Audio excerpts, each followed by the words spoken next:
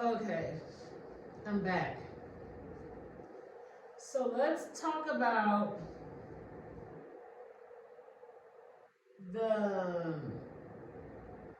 I want to talk about the Willie Lynch syndrome for a second. People don't even understand. Like, I don't know if you don't know what the Willie Lynch syndrome is.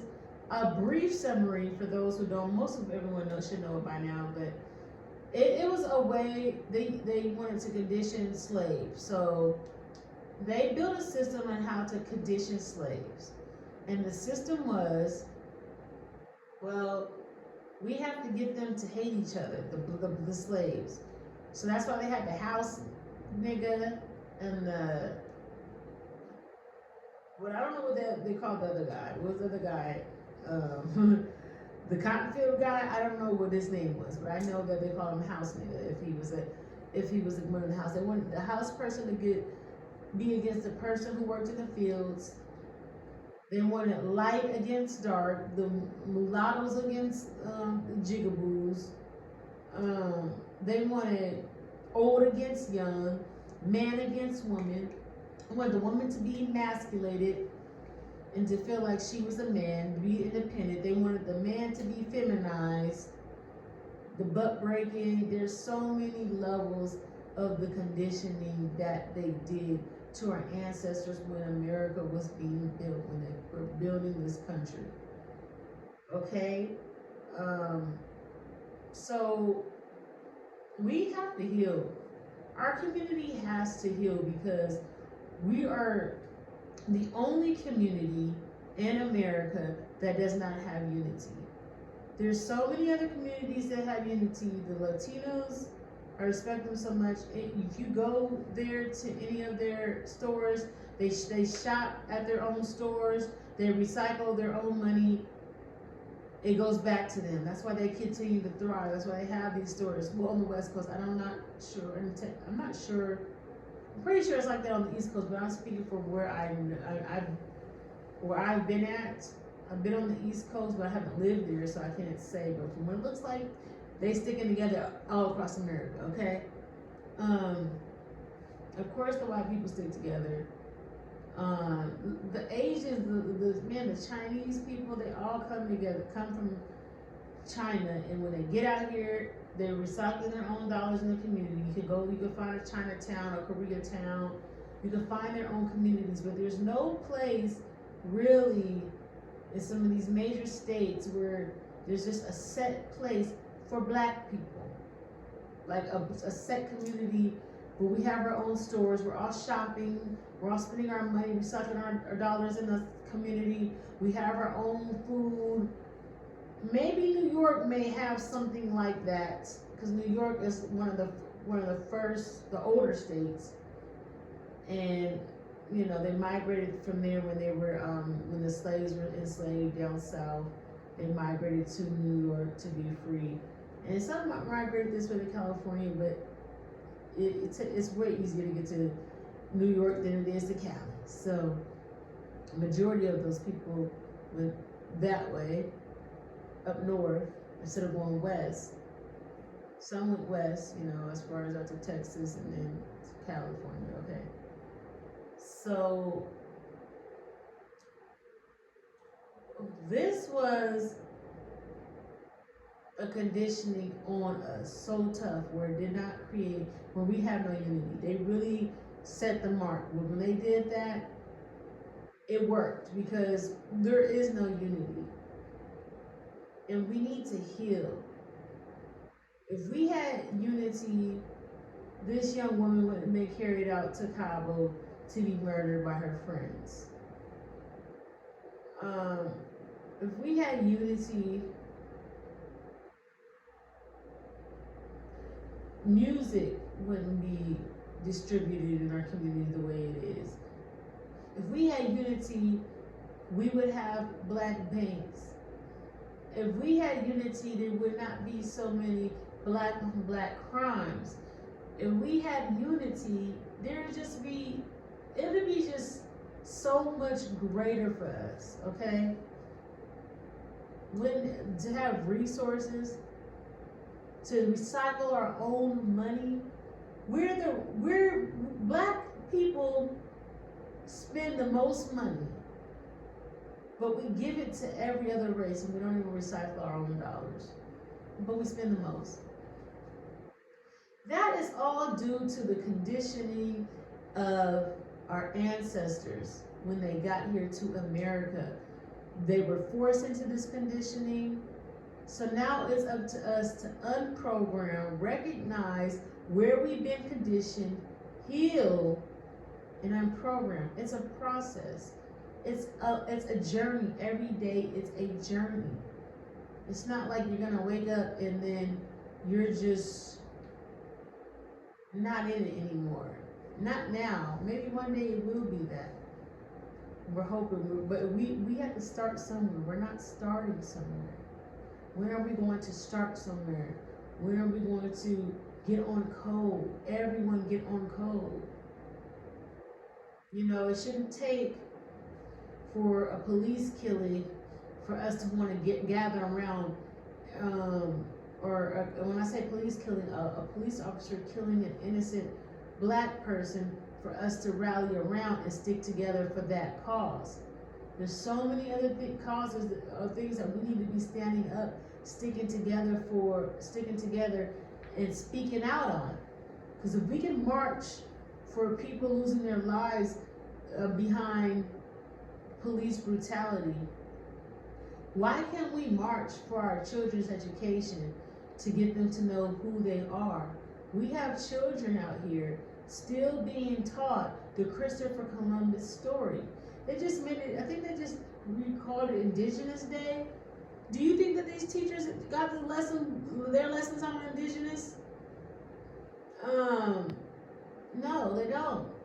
This is like, there's arithmetic that needs to be brought to our schools. Kids need to learn their history outside of slavery, and what our history didn't just start in America. We need to know our history prior to us getting into America. And learning it for 1 month is not enough. What is the point of having, you're in school about, let's see, from age 5 to 18, about 13 years. Let's say the average person just from elementary to high school, or in school, what, about an average 13 years, 12, 13, 10 to 13 years. Why is it that there is, out of all the history we learn, they have to take history every grade. Out of all the history that they learn the whole time that they're in school, there's only 1 month in February where they are honed in about black people, and it's only with slavery. And they just relearn that same lesson from kindergarten all the way up until the 18, all the way up until the 12th grade. Why is that?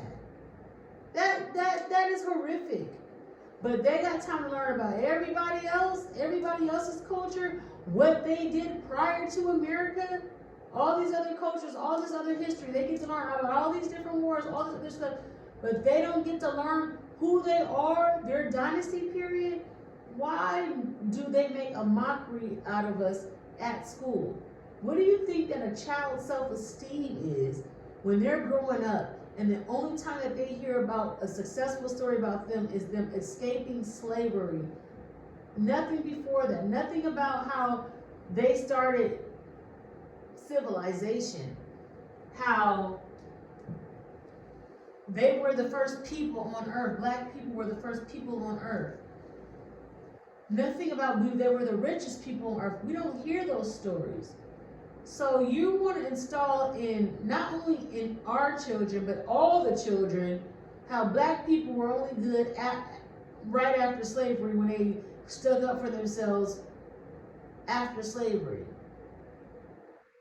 So all the other races look at us. This is what you're embedding, not only in our children, but all the children. Okay, well, you're black, you were a slave. There was no kings, there was no queens. Y'all didn't do too much but be slaves and escape from that. Like, think about the humiliation. Think about the children, how they feel, and you're molding this into the child at a young age, because they have to go to school. And then what you're gonna say? Well, you don't like the education, homeschool your kids. Who got? I'm trying to survive in America. You want me to homeschool my kids? Answer. You already took the black man out of my damn house. You already did so much to put me at a disadvantage, and then I know I gotta work. Now I gotta be the mom and the dad, and you want me to teach them too? Like, you guys, like the way they stacked it up, I'm telling you, it's just. So this is what we're dealing with in being black in America. They're teaching these kids nothing about their history. They don't know nothing about their history. That needs to change. The children should know their history. If people can get up and march for somebody that's passed, which is wrong, yeah, we should march for that. We also should be able to march for our generations to come that are still learning this garbage. They are destroying us as we're young. They want you to feel this big. They don't want you to know your power. They don't want black people to know their power. They don't want them to be empowered. You can't know your history. No, you can't know it. God, he was white. Even though we're going to put his hair was made of wool, I never seen a white man's hair made of wool. Well, black people have that type of hair. That sounds like a sheep's hair. That sounds like you're always describing a black man, but it's on the picture, he's white. Like, and when I say that they really just destroy, even the stories that's in the Bible, these stories were ripped off of the Egyptian tomb. Isis, Osiris, Sun, Heru, Jesus, Mary, or Joseph, Mary, Jesus, Mary, Joseph, or God, Son, the Holy Ghost, the Trinity, all three people, right?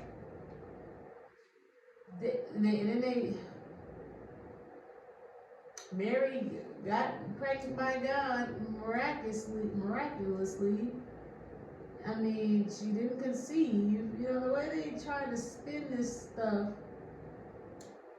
it puts this image in your head. And as a child, I grew up with this image, and I know almost probably every black person in America has grown up with this image that we are insignificant.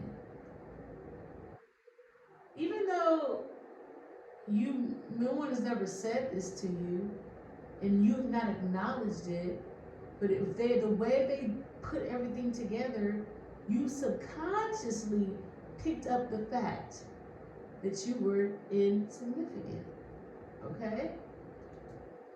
Because they didn't put a significance in around us.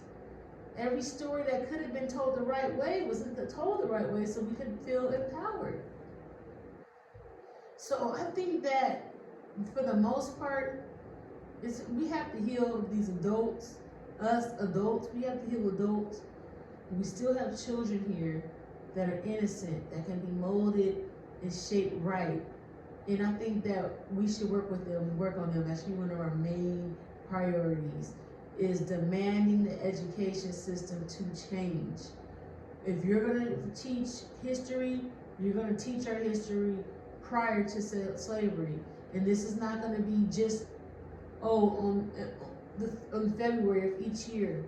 These are mandatory courses from kindergarten to the 12th grade that every history teacher needs to be implementing in their curriculum at every school, at every district, period. And on top of that, if there is people who want to homeschool their children, we need arithmetic that is catered to our children, that we can teach them their truth, their history. We need that too. We need the tools too. Every way around it, we need it. And I don't understand why nobody is angry enough to say something about this. Our ancestors have fought way too hard. We didn't came through too much to just be dropping the ball on this right here. This should have been done already. I'm gonna leave it at that. Like, comment, subscribe, share. I want to hear your thoughts on this below.